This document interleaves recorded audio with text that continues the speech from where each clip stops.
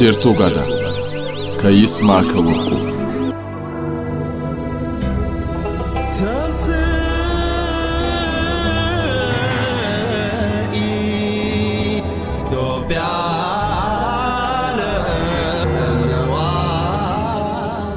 ዴርቶ ጋዳ ከይስማዕከ ወርቁ ለሳይንቲስት ኢንጂነር ዶክተር ቀጣው እጅጉ የተበረከተ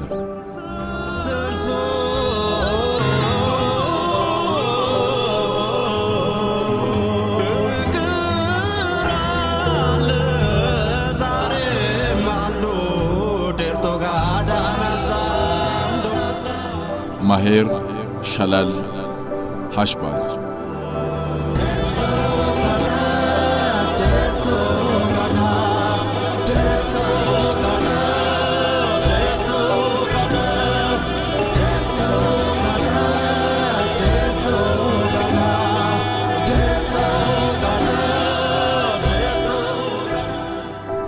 ቅድመ ታሪክ አሜሪካ በኢትዮጵያ አቆጣጠር 1989 ዓመተ ምህረት በአሜሪካ አየር ኃይል ቢሮ ውስጥ የተቀመጠውን ጥቁር መዝገብ የክፍሉ ዋና አዛዥ ሲያገላብጡት ከቆዩ በኋላ ሰፊው ጠረጴዛ ላይ በብስጭት ወረወሩት።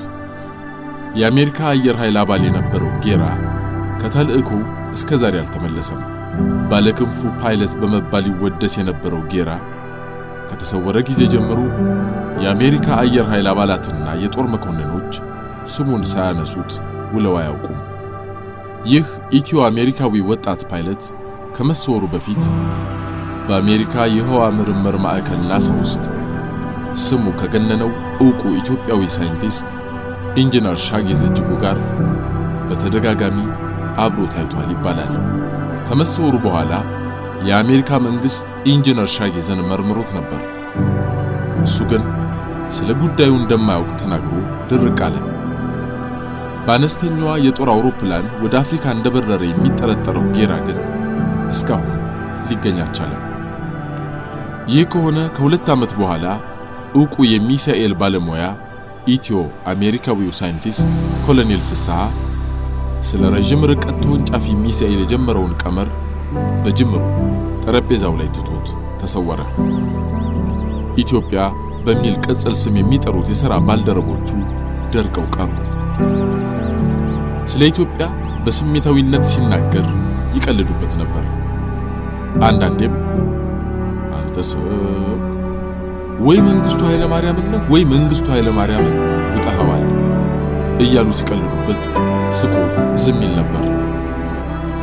ይህ ኢትዮ አሜሪካዊው የሚሳኤል ሳይንቲስት ከጭንቅላቱ በቀር ይዞት የጠፋው ቤሳ ቤስቲን የለም እየተባለ ቢወራም ሀብቱን ግን ከመሰወሩ በፊት ወደ ኢትዮጵያ እንዳሸሽ የአሜሪካ የመረጃ ሰዎች ደርሰውበታል ይባላል። ይህ ሰው በጠፋ በሶስተኛው ቀን የናሳው ሻጌዝ እጅጉ ከአንተ ጋር አብሮ ታይቷል በሚል ተመርምሮ ነበር። እሱ ግን አሁንስ ከኢትዮጵያ ያመጣችሁት ዶሮ ካለ እሱም ቢጠፋችሁ እኔ ዘንድ እንዳትመጡ ሰጋው ሲል ተሳለቀ። እስራኤል መጋቢት 1990 ዓመተ ምህረት በቴል አቪቭ አቅራቢያ ምድር ውስጥ በተገነባው ህቡዕ የምርምር ጣቢያ ውስጥ በሥራ ከተጠመዱ ሳይንቲስቶች መሃል ሁለቱ ኢትዮጵያውያን ሳይንቲስቶች ሳይታሰቡ የውሃ ሽታ ሆኑ። እነዚህን ሳይንቲስቶች ለመያዝ የእስራኤል ኮማንዶዎች ያልመነቀሩት ጓዳ ጎድጓዳ የለም ነበር። ነገር ግን እስካሁን ሊያገኟቸው አልቻሉም።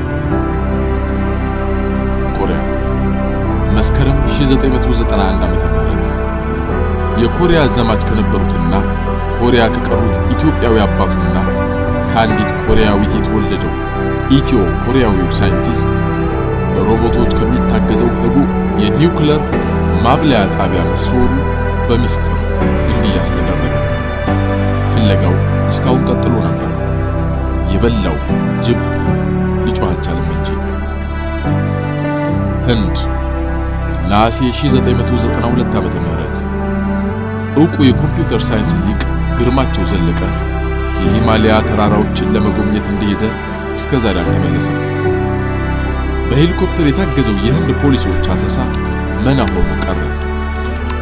በሂማሊያ ተራራዎች መሃል ቀልጦ የቀረው ግርማቸው ለህንድ አስፈላጊ ሰው ነበር ይባላል።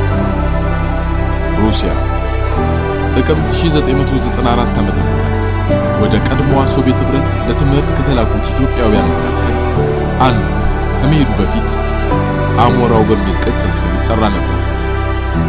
ባለብሩህ አእምሮ ከመሆኑም በላይ ራሻ ያየችበት ልዩ ተሰጥኦ በቀላሉ እንዳትለቀው ግድ አላት። ነገር ግን የራዳር ቴክኖሎጂ ሳይንቲስቱ አሞራው ከሩሲያ እጅ ከወጣ ከ4 ዓመት በኋላ አንድ የሩሲያ ጋዜጣ የመጥፋቱን ዜና አተመው። ቻይና ታኅሳስ 1995 ዓመተ ምህረት ኢንጂነር ሻጊዝ በሚስጥር ወደ ቻይና በሮ ነበር። ባልታወቀ ምክንያት ድርድሩ አልሰመረም። ዕውቁ የናሳው ሳይንቲስት ኢንጂነር ሻጊዝ ለቻይና የህዋ ምርምር ተቋም እንዲሰራ ቻይና ያቀረበችለትን ረብጣ ገንዘብ ረግጦ ሆንግ ኮንግን በለቀቀ ማግስት በቻይና የህዋ ምርምር ውስጥ ተቀጥሮ ይሰራ የነበረው ኢንጂነር ኢዩኤል አጥናፉ መሰወሩ ከቻይና የደህንነት ሰዎች ጆሮ ደረሰ። አንዲት ድምፅ አልባ አውሮፕላን ከቤቱ ጀርባ በድቅድቅ ጨለማ ስታርፍ ኢዩኤል ያለውን ሀብት በሙሉ በባንክ ወደ ኢትዮጵያ ላንድ መለኩሴ አዛውሮ መመለሱ ነበር። መለኩሴው ደውለው ገንዘቡ እንደደረሳቸው ከነገሩት ከ40 ደቂቃ በኋላ ከቤቱ ጀርባ ባረፈችው ድምፅ አልባ አውሮፕላን ቻይናን ለቆ ወጣ። ሆንግ ኮንግ በቻይና ኮማንዶዎች ብትታመስም ኢትዮጵያዊው የቻይና የህዋ ሳይንቲስት ባልደረባ የትም ሊገኝ አልቻለም።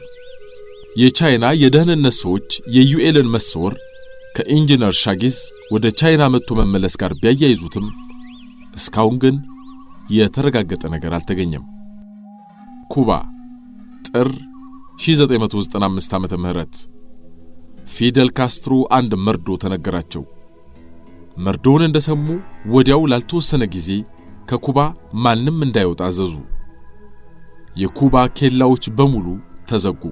የኩባ አውሮፕላኖችም ላልተወሰነ ጊዜ ከበረራ ታገዱ። በዛች ቀን ያልተፈተሸ ነገር ቢኖር የፊደል ካስትሮ ኪስ ብቻ ነው ተብሎ ተቀልዷል። ተራ የህዝብ ማመላለሻዎችና የቤት መኪናዎች በየመንገዱ በሰልፍ ተፈተሹ። ከሰማይ ጠቀስ ፎቆች እስከ ደሳሳ ጎጆዎች ተመነቀሩ። ኩባ ደብቃ ያኖረችው ኢትዮጵያዊ የሜዲካል ላብራቶሪ ሳይንቲስት ግን የትም ሊገኝ አልቻለም። የትም